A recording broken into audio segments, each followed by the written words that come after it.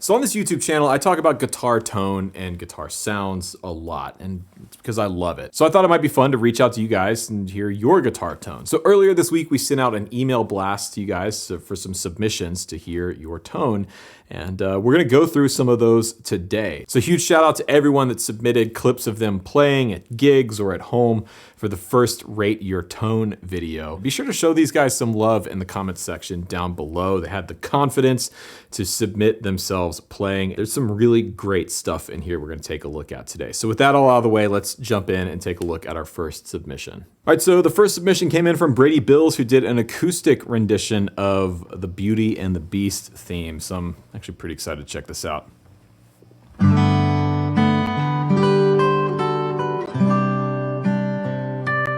Yeah.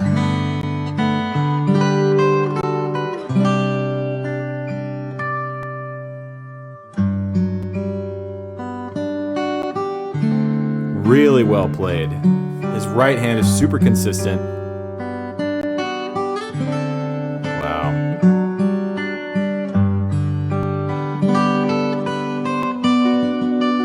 Beautiful.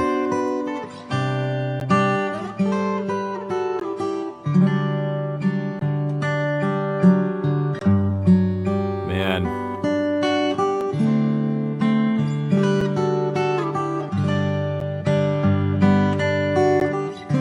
What a great player.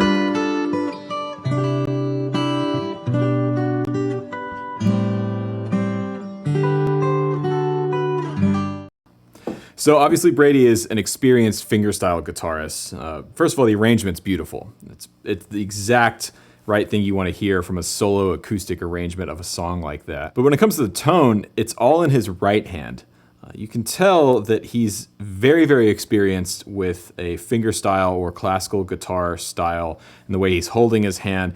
Each note is picked consistently. Everything it's almost like he's got a compressor on, but it's coming from his hands. That's incredibly well done. I am terrible at that kind of stuff. So whenever I see someone like Brady who understands fingerstyle guitar and can play it well, it's very, very impressive. In terms of the tone of the actual guitar, sounds like a Taylor. And one thing about Taylors that's sort of a blessing and a curse is no matter how expensive they are or how affordable they are, a Taylor sounds like a Taylor sounds like a Taylor. And I say that from having owned a few in the past. I've had a 916, I've had a 110, I owned a T5 for a while, which is a different thing. Now in his email, Brady says that he recorded this with an SM7 and added some reverb, and I think the reverb was a nice touch. It kind of gives it the air and the sound that you're looking for with an acoustic arrangement like this. But incredibly well played, great control in the right hand, great chord voicings, and a nice sounding acoustic guitar. I'm gonna give this one 9 out of 10 bells.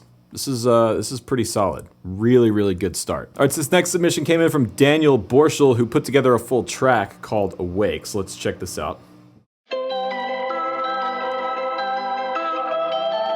Yeah.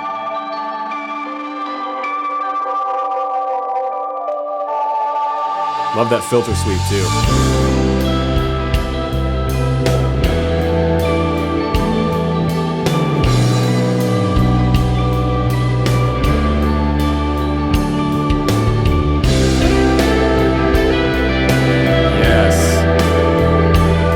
Okay, so I gotta stop it right there. First of all, I love that intro tone, that sort of sparkly, anthemic, ethereal kind of thing. Anytime you can make a guitar sound like not a guitar and like a completely new instrument, I'm all about it. So super, super well done there. One thing I want to point out here though is when these other two guitars come in, he's playing something, looks like he's playing like a,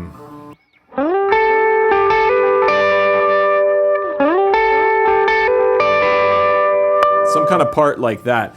And I want to hear it cut through the mix a little bit more. I think the tone that he's using here is kind of burying it underneath the bass and the rhythm guitar there on the right. But I also like that he's doubling it. He's coming in, playing the phrase once, and then he's doubling it with a different sound. Almost sounds like a rotary. Let's see here.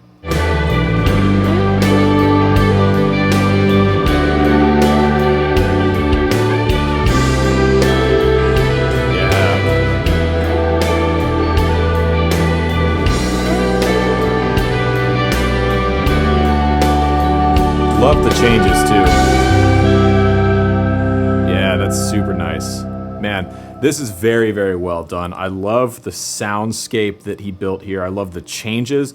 I love the fact that he was doubling the chord changes with the bass, with that other guitar as like a low kind of almost fuzz tone underneath everything else.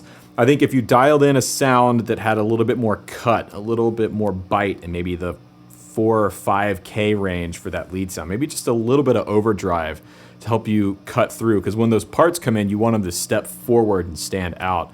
But this is great, man. I'm gonna give this one 8.5 explosions in the sky out of 10. All right, so next up we have Ian Bennett, who submitted a gig video from, looks like a bar in Nashville. So let's check this one out.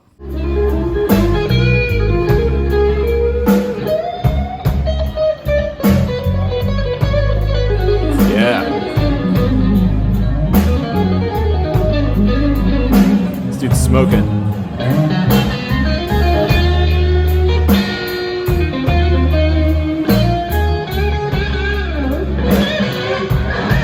Yes.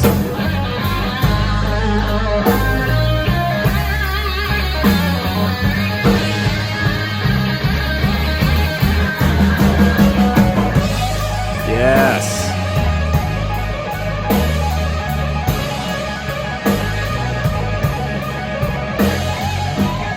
Dude.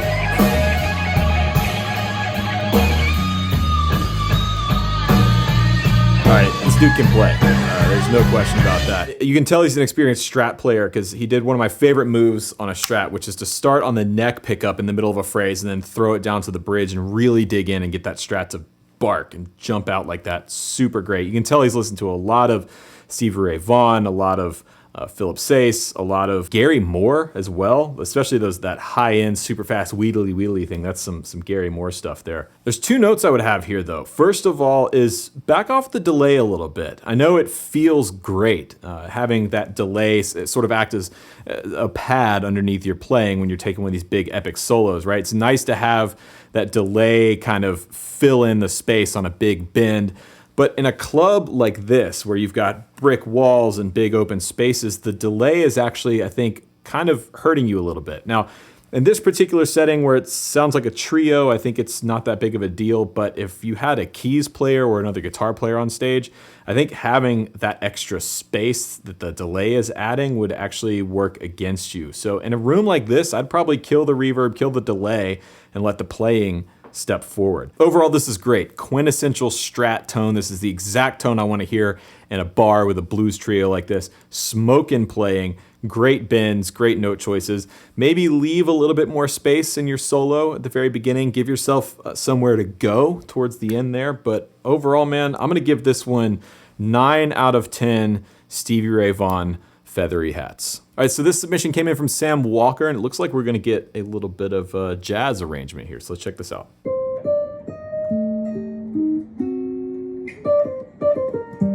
Yeah.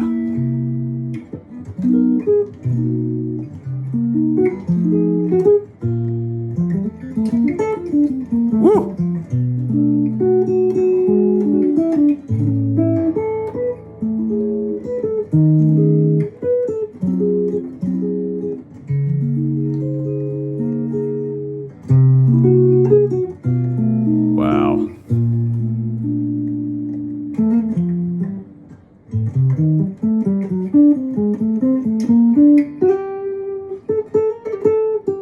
That is some great playing, man. And as far as the tone goes, I mean, that's exactly what you want to hear for this kind of arrangement. Looks like a ES-175, something close to that he might be playing there. Neck pickup. And I like that you can hear the combination of the amp in the room and him actually picking the strings. You can tell he's got the amp relatively low volume in the room. It sounds like it might be some kind of solid state amp, like a high headroom clean solid state amp, which are popular with jazz players like this who are playing these big jazz boxes.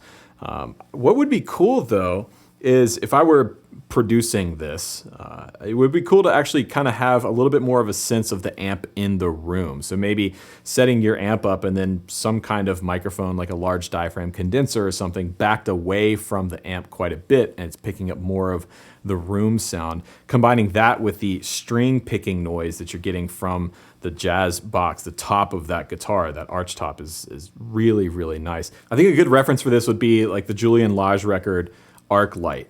All those solo guitar performances that he does. The tones on those records are a little bit brighter than this. They're not total jazz box, but it's that nice combination of amp in the room with mic'd up guitar getting the string noise. Really, really beautiful stuff. I love this. I'm gonna give this one 7.7 Joe passes. All right, so next up we got Daniel Hayfele playing a Strat. So let's check this one out.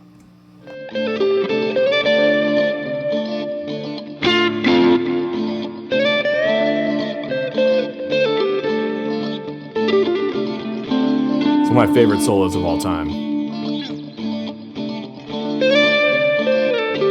All right, cool. So this one brings up an interesting point. When we talk about tone being in the hands, I think this is a good example of that. So the actual sound he's got dialed up here is pretty close. The nice quarter note delay, the Strat on the neck pickup, which is a touch of overdrive, is really relatively close to what Gilmour had going on in the studio on Another Brick in the Wall Part 2. Now, their actual signal chain was a little bit different. He was going DI into a console and they reamped and compressed and a whole other thing. But in terms of sound, it's actually pretty close. What I want to point out here though is how Daniel's actually playing it. A big part of that solo sounding the way that it does is the way that Gilmour is attacking the strings on the guitar. You can tell right off the hop that he's really digging into the guitar. So instead of playing it light like this, he's actually digging in with the right hand.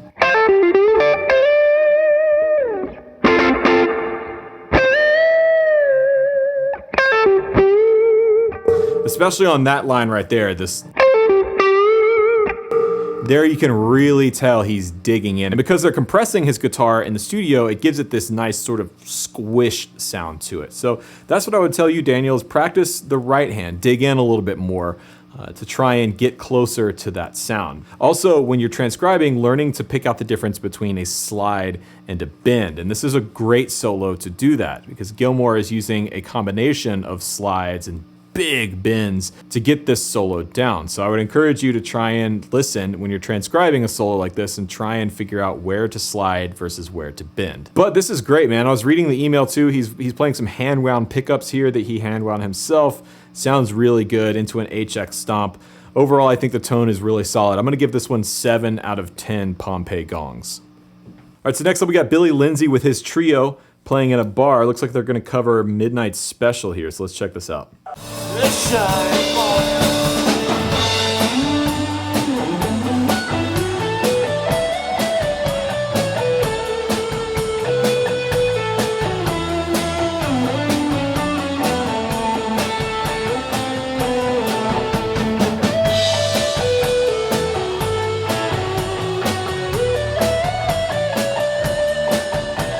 So I actually think this is a good lead tone. It's a really great Strat, sort of smooth clipping overdrive lead tone. I like the balance of the amount of gain to the delay. The delay is kind of fitting nicely underneath the guitar. I think that's really solid. But there's one issue here, and that is I don't think that sound fits the sentiment of Midnight Special. Based off of the drum fill that your drummer played going into the verse, I think you're going for the Creedence Clearwater Revival version of the song, which props, that's my favorite version. I'm quite partial to it. We actually cover it in Noah Guthrie in Good Trouble. But to do that song, I think you need a swampy guitar tone. And to get swampy, there's a few elements that I think are important to have down. So for this particular song, we want a guitar that's in open D. And you're playing in the original key of D here. And open D fits really well because it's gonna allow us to play slide, which is one step closer to that swampy sound. The next thing you're gonna need is some tremolo, some slapback tape echo, and some spring reverb. And when you combine those things, you get this kind of sound.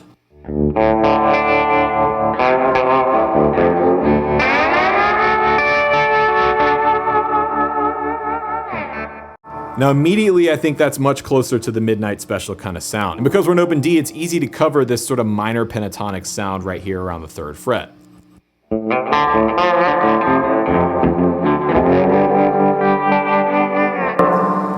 And And with that, there's one other part of the song that I think is crucial to hit if you're gonna cover it, and that's over the chorus. There's this little guitar line, this little bend that's happening, that if it's not there, I think it really misses something. And that sounds like this.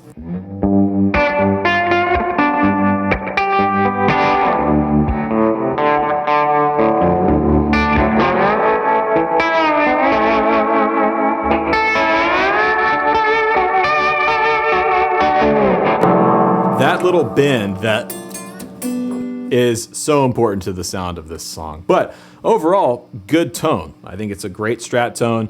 I can tell you've been playing with these guys for a while. Really solid playing. I just don't think it quite fits this song. So I'm gonna give this one 6 out of 10 John Fogertys. So that is Rate My Tone. Let me know what you thought about today's video in the comment section down below. If you want me to do more of these, let me know. Also be sure to subscribe and leave a like down there if you are so inclined. If you want to support the channel, check out the links in the description box down below. My video courses are down there, as well as Helix presets, Kemper Profiles, and affiliate links to some of the gear that I used in today's video. And once again, huge thanks to everyone that submitted for the Rate Your Tone video. I really appreciate it. Thank you guys so much for watching. My name is Rhett Shull, and remember, there is no plan B.